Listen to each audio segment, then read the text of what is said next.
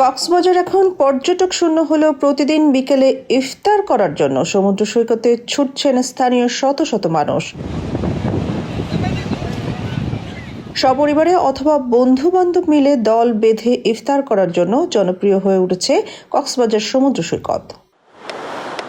রমজান আসার পর থেকে কক্সবাজার শহর থেকে হিমছড়ি পর্যন্ত সমুদ্র সৈকতে প্রতিদিন শত শত মানুষকে ইফতার করতে দেখা যায়।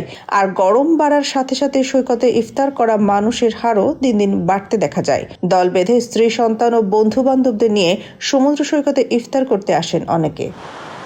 স্থানীয়রা এবং বিভিন্ন দূর দূরান্ত থেকে আগত পর্যটকরা এখানে বিচের সমুদ্র সৈকতের পাড়ে ইফতার করে আমরা ময়লা আবর্জনাগুলো নির্দিষ্ট একটা স্থানে যাই ময়লা আবর্জনাগুলো এখানে ফেলে দিই। সমুদ্র একটা বড় একটা নিয়ামতের জায়গা, সেই পাশাপাশি এসে এখানে বসে মানে প্রকৃতির সান্নিধ্যে ইফতারি করাটা একটা আলাদা একটা ফিলিংস। আল্লাহর নিয়ামতের একটা শুকরিয়ার একটা বিষয় তো থাকেই।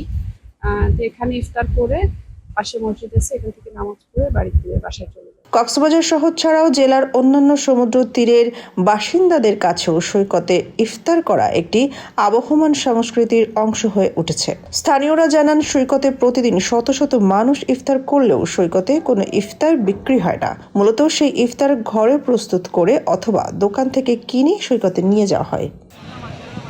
সোনিয়া খান, খবর সংযোগ।